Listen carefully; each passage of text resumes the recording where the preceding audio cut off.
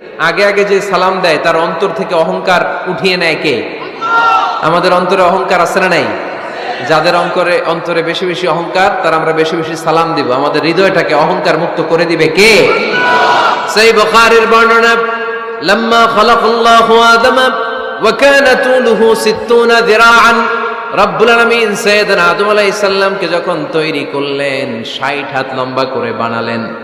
আবার আমরাও যারা জান্নাতের ভেতরে ঢুকবো, আমাদেরকেও সেদিন 60 হাত লম্বা করে বানিয়ে দিবেন কে? কয় হাত লম্বা হয়ে ঢুকবেন জান্নাতে? 60 হাত। সাইয়েদনা আদম আলাইহিস সালামকে যখন আল্লাহ তাআলা বানালেন, বানিয়ে আল্লাহ তাআলা প্রথম যে আদেশটা করলেন সেটা হচ্ছে সাল্লিম, আদম সালাম দাও। কি দাও? সাল্লিম আলা উলাইকান নাফার, এই ফেরেশতাদের এই দলটাকে সালাম দাও। কারণ ইবলিস অহংকারের কারণে সে হয়েছে জাহান্নামী। আল্লাহ চেয়েছেন আমার আদম যেন অহংকারী না হয়, এজন্য আগে আগে সালাম দেওয়া শিখাইয়া দিলেন। চিল্লায় পড়েন আল্লাহু আকবার। আগে যে সালাম দেয় তার হৃদয় থেকে অহংকারকে আল্লাহ মুক্ত করে দেয়, এজন্য আগে সালাম দিবেন। মুরব্বীরা বসে থাকবেন না যে বাচ্চাটা আমার আগে দিবে। অনেক মুরব্বীরা এরকম করে যে আমি দেবো কেন, আমি তো মুরব্বী, ছোটরা আমারে দিবে, এরকম আছে না নাই? আপনি দেন না। আপনি কয়েকদিন দিতে দিতে লজ্জায় পড়ে বাচ্চাটাও আপনার সালাম দিতে শুরু করবে, ঠিক কিনা? আপনি আপনার স্ত্রীকে কয়েকদিন দিয়ে দেখেন না, কয়েকদিন দিয়ে দেখেন, দেখবেন কয়েকদিন পরে আপনার স্ত্রীও আপনাকে সালাম দিতে শুরু করবে, ঠিক কিনা?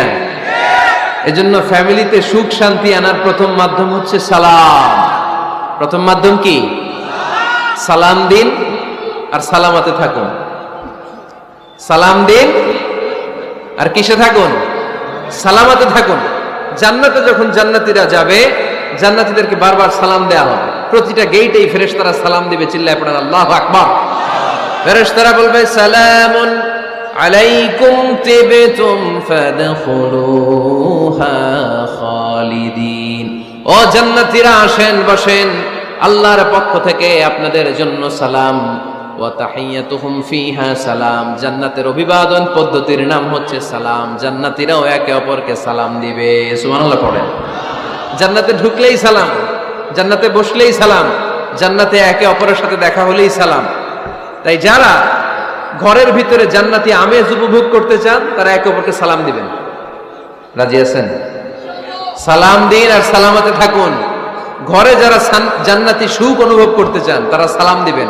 তাহলে আজকে থেকে ঘরে সুখ, সমৃদ্ধি আর শান্তি ফিরিয়ে আনার প্রথম ফর্মুলা আমরা জানলাম সালাম। চিল্লায় বলেন প্রথম ফর্মুলা কি?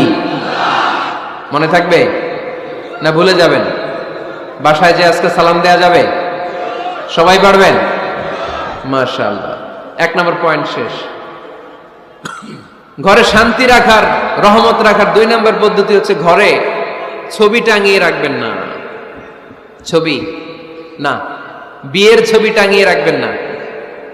মৃত আব্বা আম্মার ছবি বাধাই করে টাঙিয়ে রাখবেন না। নেতা নেত্রীর ছবিও টাঙিয়ে রাখা যাবে না, এটা নিষেধ।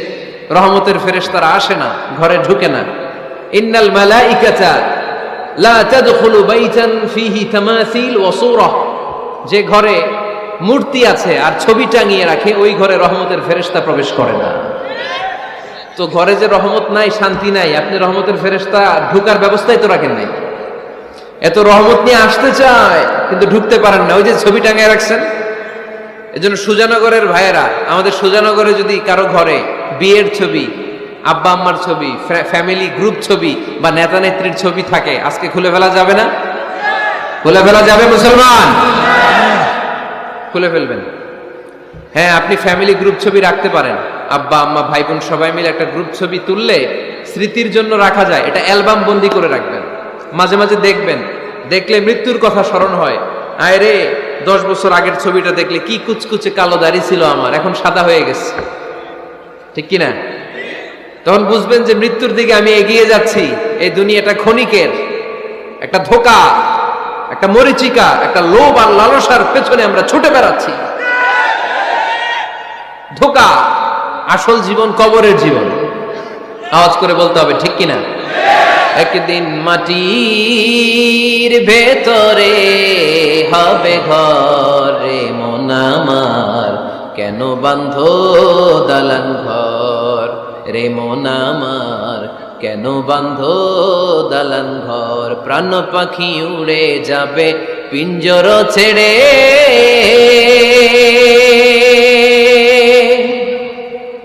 ধরা ধামে সবই রবে, তুমি যাবে চলে। বন্ধু বান্ধব যত, মাতা পিতা দ্বারা সুত, বন্ধু বান্ধব যত, মাতা পিতা দ্বারা সুত, সবই হবে তোমার পরে। মন আমার কেন বাঁধো দালান ঘর, একদিন মাটির ভেতরে হবে ঘরে। মন আমার কেন বাঁধো দালান ঘর। ঠিক কিনা? পুরাতন ছবির অ্যালবামগুলো খুললে মৃত্যুর কথা স্মরণ হয়। আহা, দাদা পাশে বসা ছিল, আজকে দাদা নাই। নানারা নিয়ে একটা ছবি তুলে অ্যালবামে রাখছিলাম, আজকে নানা নাই। বাবার সাথে ছবি ছিল, আজ বাবা নাই। মৃত্যুর কথা স্মরণ আছে না নাই? প্রয়োজনে আব্বা আম্মার সাথে বা নিজেদের ফ্যামিলি গ্রুপ পিকচার তুলতে পারবেন, এটা অ্যালবাম বন্দি করে রাখেন, কিন্তু টাঙিয়ে রাখা যাবে?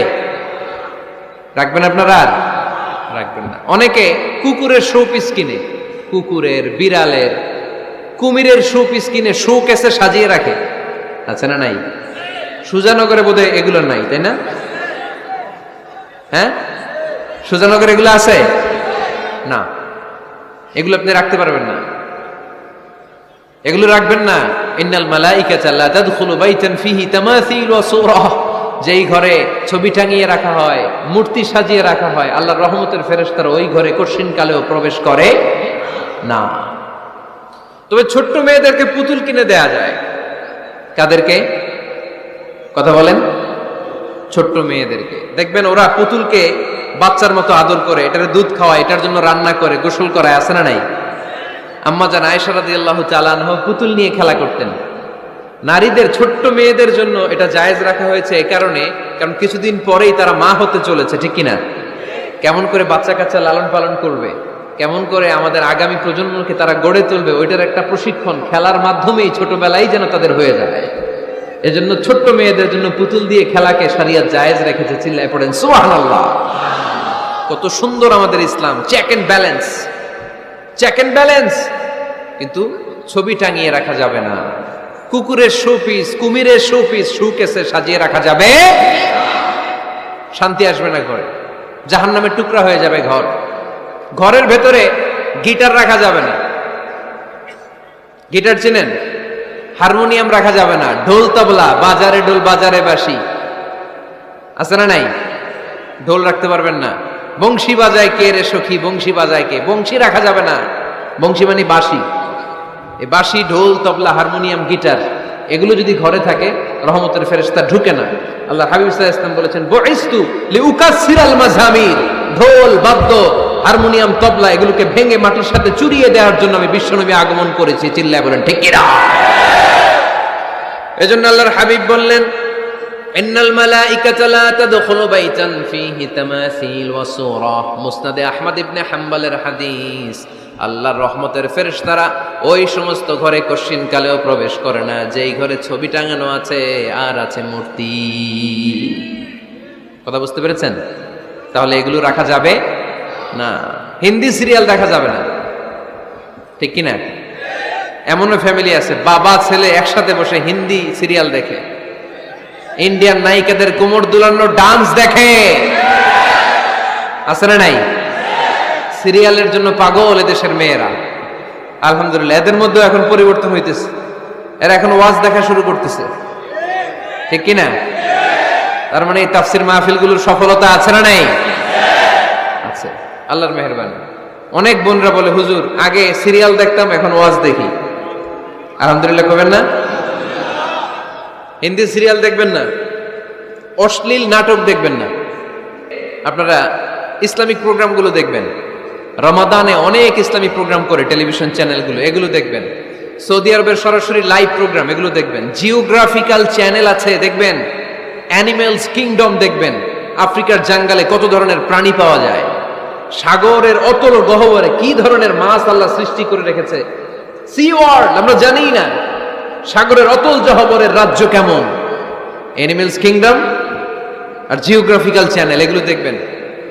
টক শো দেখতে পারেন, নিউজ দেখতে পারেন, এমন প্রোগ্রামগুলো দেখেন যেগুলো শিক্ষণীয়, নিজেকে জ্ঞানী ও আলোকিত করে গড়ে তুলতে সহায়তা করে, এমন প্রোগ্রামগুলো দেখবেন। আওয়াজ করে বলেন ঠিক কিনা? ঘরে মাঝে মাঝে নামাজ পড়বেন। ঘরে মাঝে মাঝে কি করবেন? সহিহ মুসলিমের হাদিস, আল্লাহ রাসূল সাল্লাল্লাহু আলাইহি ওয়াসাল্লাম বলেছেন, তোমরা মসজিদে ফরজ নামাজের পরে ঘরের জন্য কিছু সুন্নাহ আর নফল নামাজ রেখে দিও, কারণ যারা সুন্নাহ আর নফল নামাজ ঘরে পড়ে আল্লাহ তাআলা তাদের ঘরটাকে বরকত দিয়ে পূর্ণ করে দেয়। বৃষ্টি যদি হয়, কখনো বৃষ্টি, বাইরে প্রচন্ড বৃষ্টি, আপনি জামাত ধরার জন্য মসজিদে যেতে পারতেছেন না, তখন ঘরের সবাইরে নিয়ে আপনি জামাতের ইমাম হবেন। দরকার আছে না নাই? আপনি ইমাম, আপনার ছেলেরা পেছনে, মেয়েরা পেছনে, নারী পুরুষ একই কাতারে দাঁড়াতে পারে না, তো আপনি ইমাম, পেছনে আপনার ছেলেরা, এর পরের কাতারে আপনার মেয়েরা আর আপনার স্ত্রীরা। পারা যাবে না?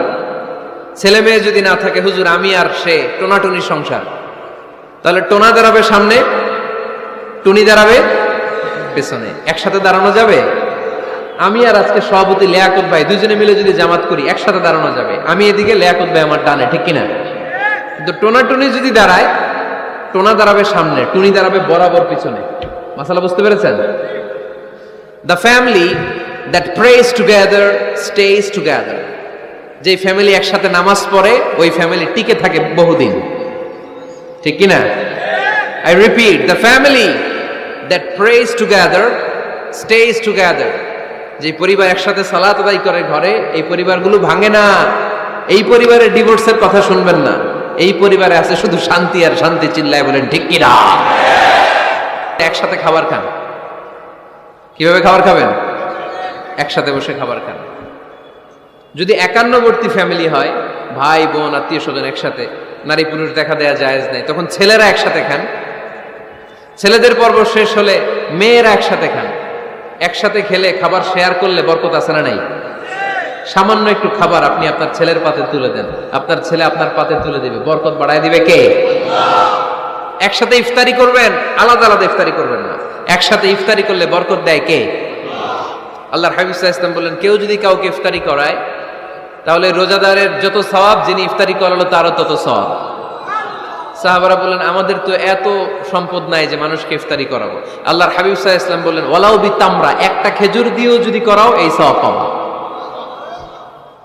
ওয়ালাউ বিআযকাতি লাবান, এক ঢোক দুধ দিয়েও যদি করাও, ওয়ালাউ বিশারবাতি মা, এক ঢোক পানি দিয়েও যদি করাও, এই সওয়াব পাবা। আপনি আপনার ভাই বোন একসাথে ইফতারি করতে বসেছেন, আপনার প্লেট থেকে একটা পেঁয়াজও আপনার ভাইয়ের প্লেটে দিবেন, ওই সওয়াব পাবেন। আপনার ভাই একটা খেজুর আপনার প্লেটে দিবে, ওই সওয়াব পাবে। সুবহানাল্লাহ কইবেন না? তাহলে ঘরে সুখ শান্তি ফিরে আনার 4 নম্বর ফর্মুলা, একসাথে খাবার খান। একসাথে খাবার খেলে হৃদ্যতা বাড়ে, সম্পর্ক বাড়ে। খাওয়ার শুরু করবেন বিসমিল্লাহির রহমানির রহিম দিয়ে। কি দিয়ে? কোন হাতে খাবেন? বা হাতে, তাই না? চিল্লায় বলেন কোন হাতে? ডান হাতে। বিসমিল্লাহ বলে খাওয়া শুরু করবেন, ডান হাতে খাবেন। খাওয়া শেষে পড়বেন আলহামদুলিল্লাহ। খাওয়ার পরে কি পড়বেন? খবরদার রান্নার বদনাম করবেন না কখনো। রান্নার বদনাম করেন নাকি? এটা ঝাল হইছে, ওইটা মজা হয় নাই, এটা টক হইছে, এটা লবণ হয় নাই, এরকম আছে না নাই? লবণ হয় নাই, বউরে তালাক দিছে, এরকম আছে না নাই? আহা, রান্না একটু ভালো হয় নাই, ঝাল হয়ে গেছে বেশি, বউরে মাইশুর, এরকম ডাকাইতেছে না নাই?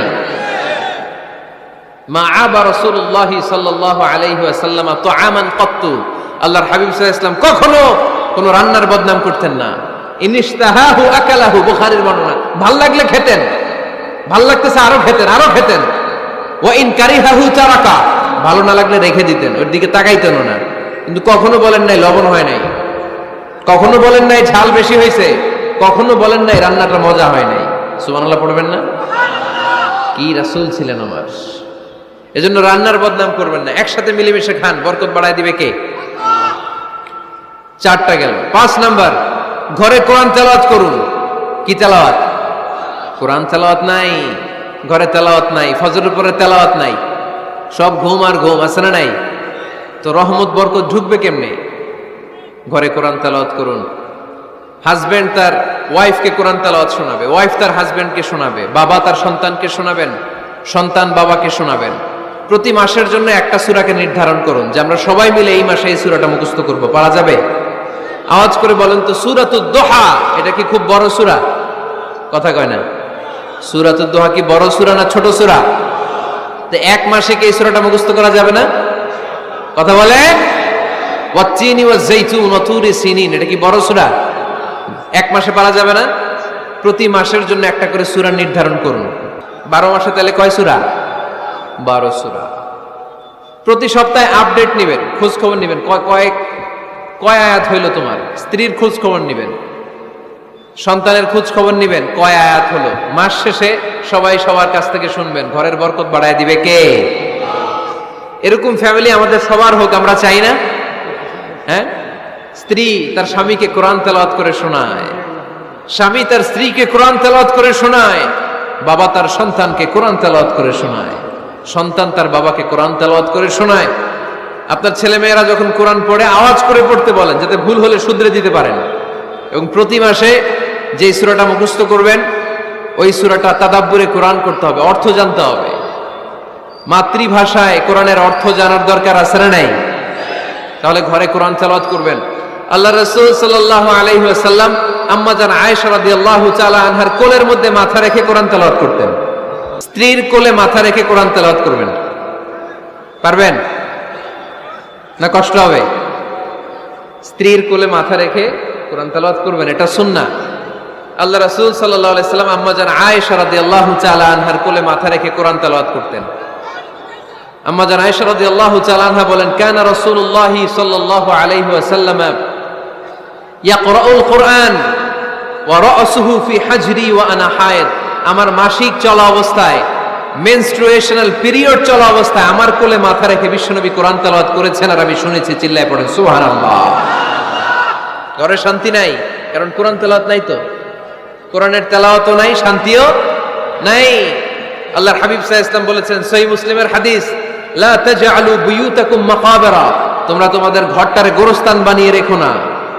ফা ইন্না শাইতানা ইয়ানফিরু মিনাল বাইতিল্লাযী তুকরাউ ফীহি সূরাতুল বাকারা, কারণ শয়তান ওই ঘর থেকে দৌড়ে পালায় যেই ঘরে সূরাতুল বাকারা তেলাওয়াত করা হয়।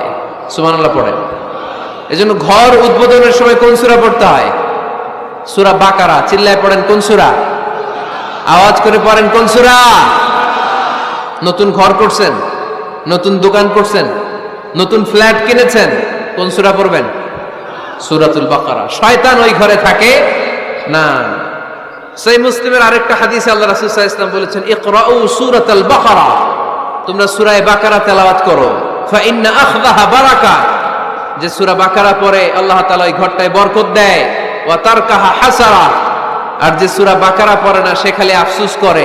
ওয়ালা ইস্তাতিউহাল বাতালা, কোন জিন, কোন পেতনি, কোন ব্ল্যাক ম্যাজিক, কোন জাদু টুনা বান ওই ঘরের কোন সদস্যকে কোনো ক্ষতি করতে পারে না। আবার সূরা বাকারায় একটা আয়াত আছে, কোরআনের সর্বশ্রেষ্ঠ আয়াত।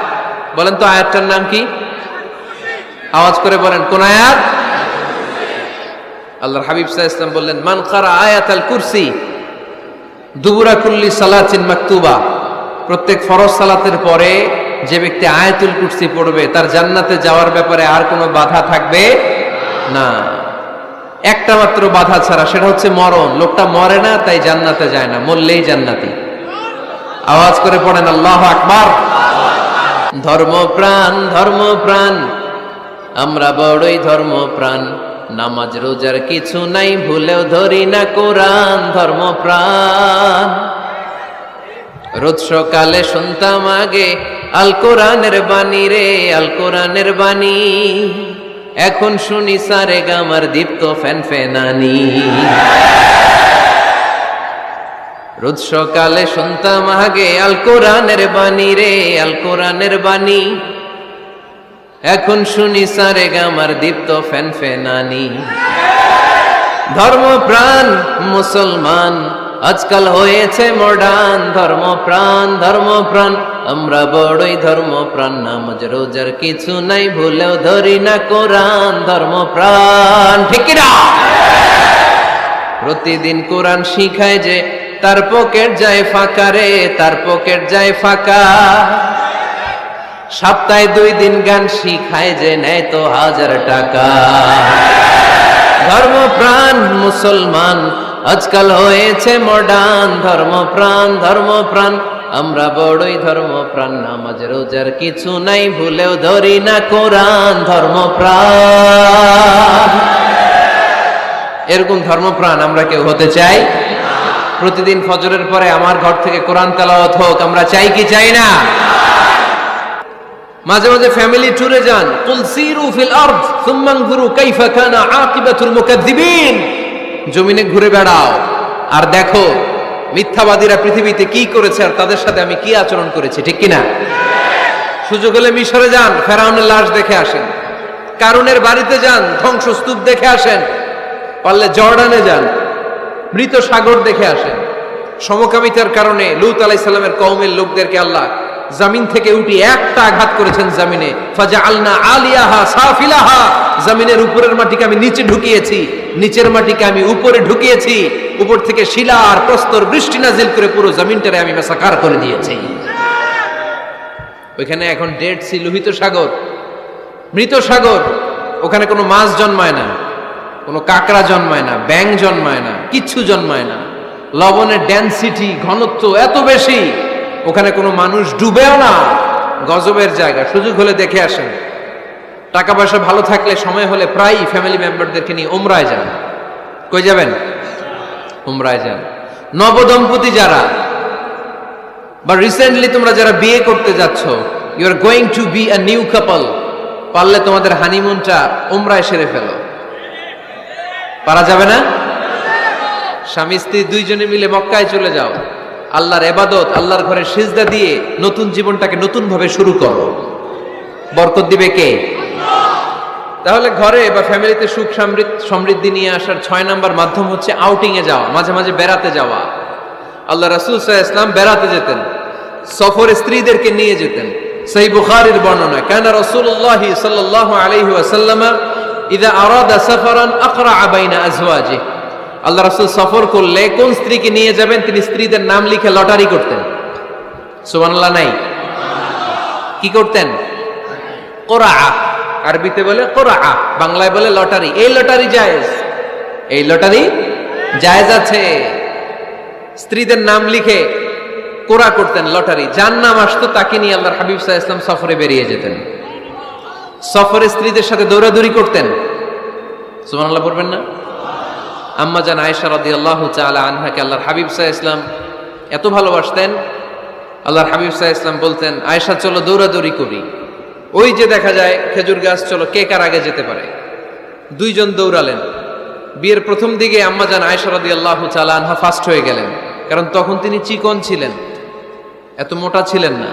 আবার অনেক বছর পরে আরেক সফরে যখন আম্মা জান আয়েশা সফরে লটারিতে নাম আসলো, ওই সফরে আবার আল্লাহর হাবিব সাল্লাল্লাহু আলাইহি ওয়াসাল্লাম বললেন, আয়েশা চলো আজকেও দৌড়াদৌড়ি করি।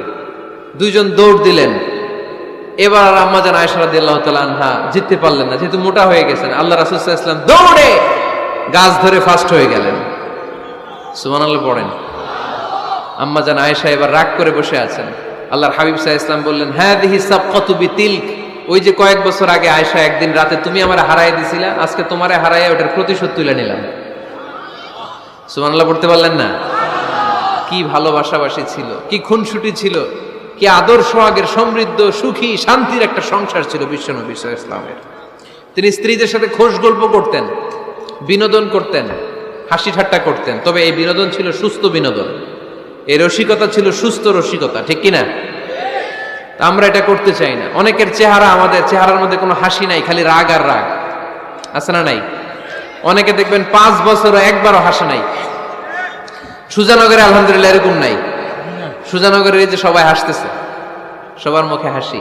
হাসবেন, মুচকি হাসবেন, মুচকি হাসি দেওয়া সুন্নাত। আর মুচকি হাসতে পয়সা লাগে না। পয়সা লাগে তো হাসেন না কেন? মুচকি হাসেন, হাসি দেওয়া সুন্নাত। তো তাহলে 6 নাম্বার যে পদ্ধতি আমরা পেলাম ঘরে সুখ শান্তি আনার, মাঝে মাঝে ফ্যামিলি মেম্বারদেরকে নিয়ে আমরা হাকালুকি হাওড়ে হারিয়ে যাব।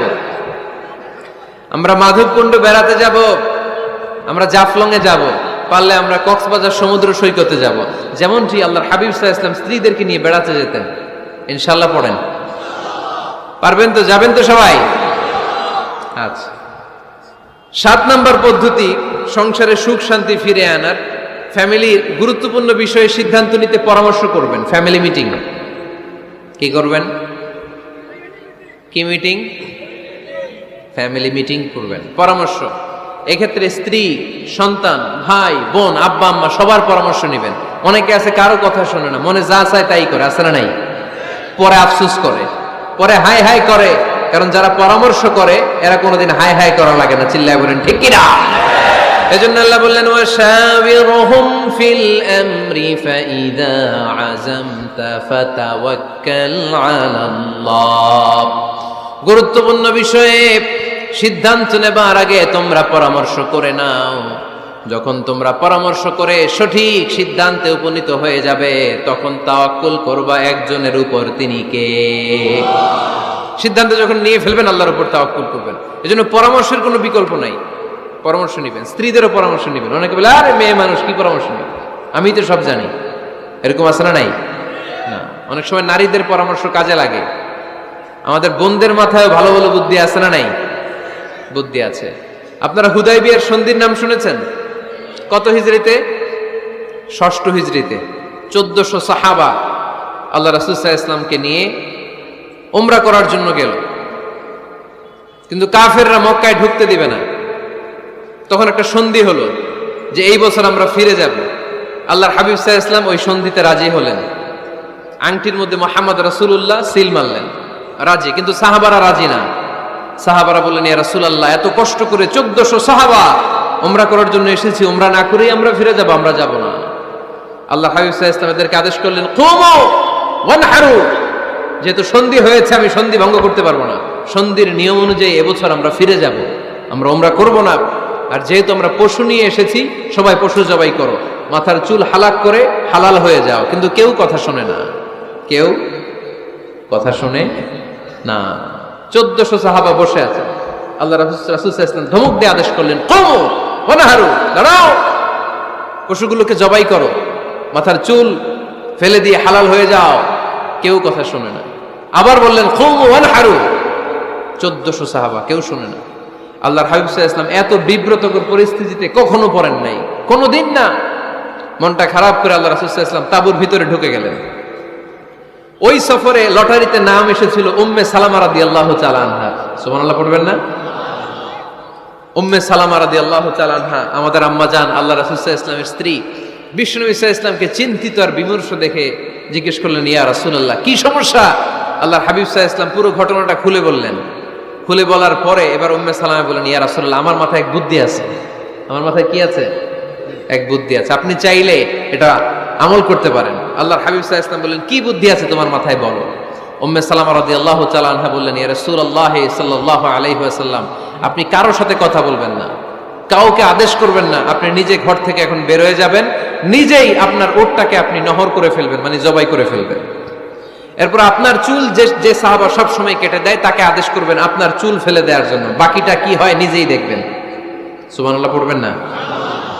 উম্মে সালামা রাদিয়াল্লাহু তাআলা আনহার পরামর্শ অনুযায়ী আল্লাহর হাবিব সাল্লাল্লাহু আলাইহি ওয়াসাল্লাম তাবু থেকে বের হলেন। নিজ হাতে ছুরি দিয়ে উটকে নহর করলেন। উট জবাই করা যায় না।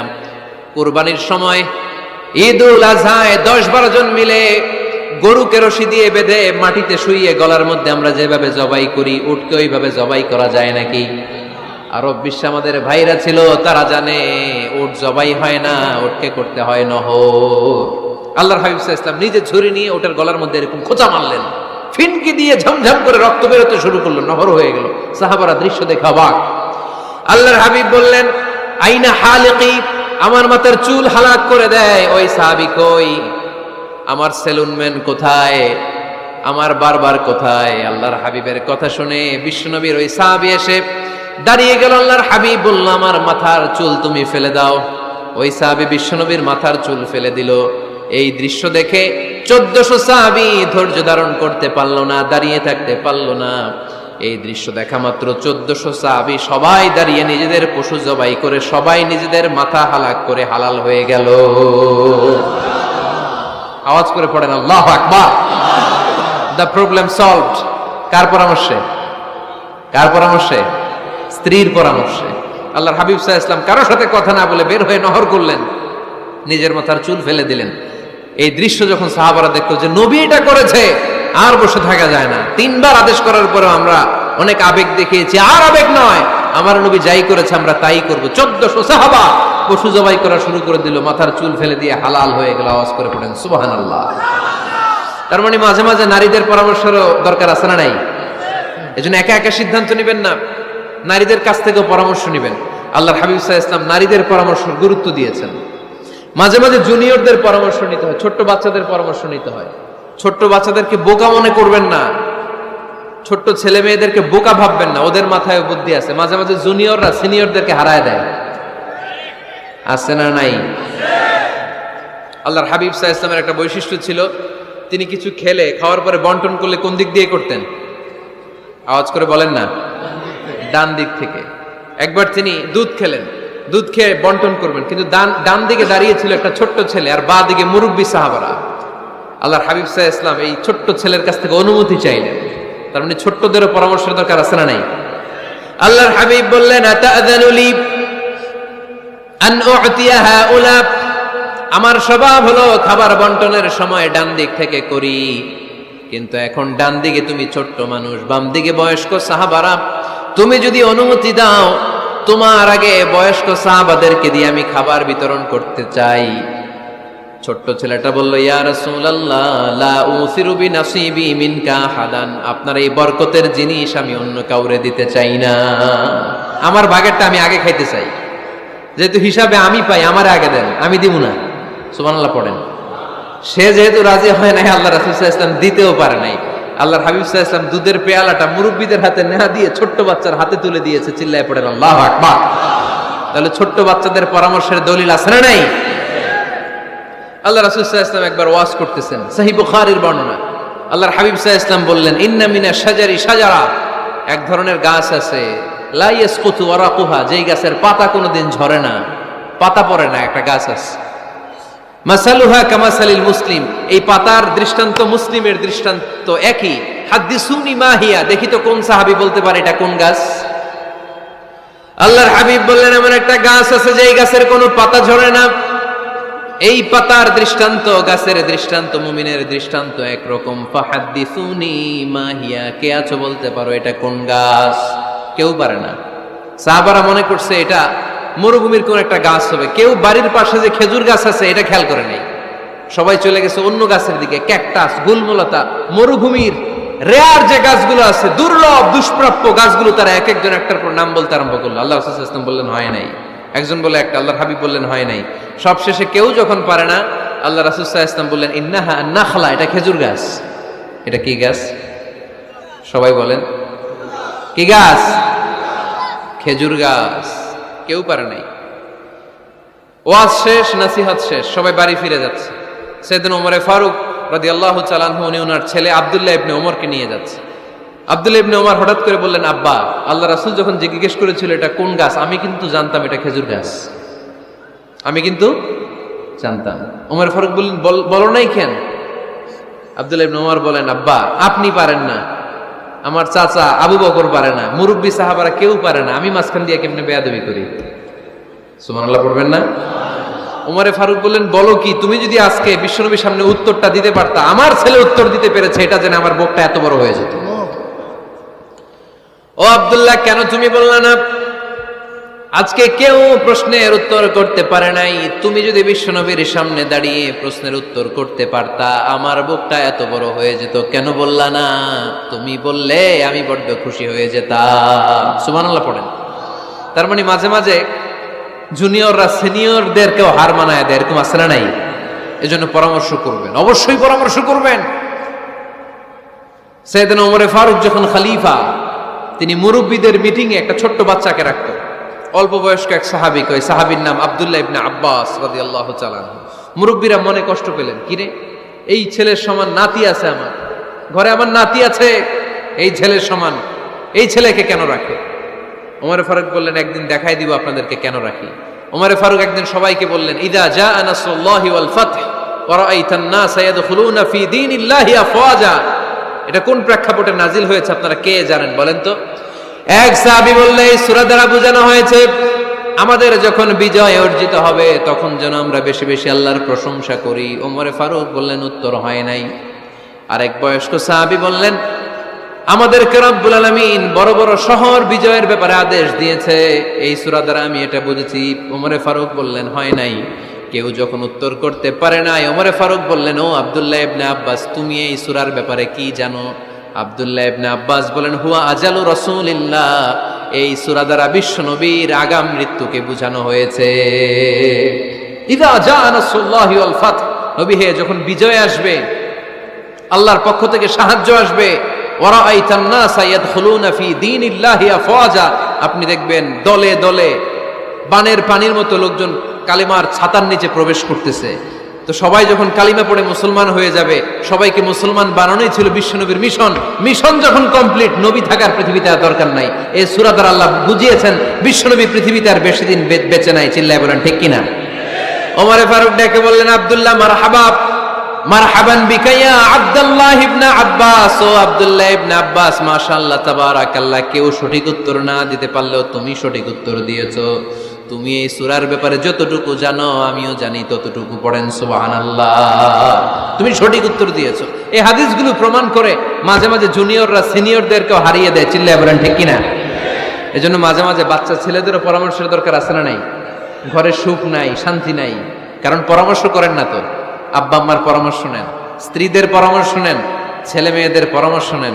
গুরুত্বপূর্ণ সিদ্ধান্ত নেওয়ার আগে পরামর্শ করে সিদ্ধান্তগুলো নেওয়ার দরকার আছে না নাই? পরামর্শ করে ফ্যামিলি মিটিং এ যদি আমরা সিদ্ধান্ত নেই, ওই সিদ্ধান্তে বরকত দিবে কে? আওয়াজ করে বলেন ওই ঘরটারে বরকতময় করে কে? কয়টা গেল?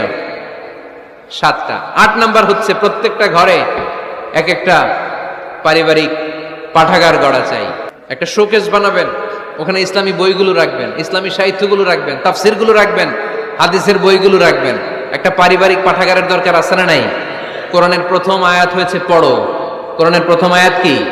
আল কোরআনের প্রথম বাণী পড়ো, আল হাদিসে নবীর কথা পড়ো। আল কোরআনের প্রথম বাণী পড়ো, আল হাদিসে নবীর কথা পড়ো।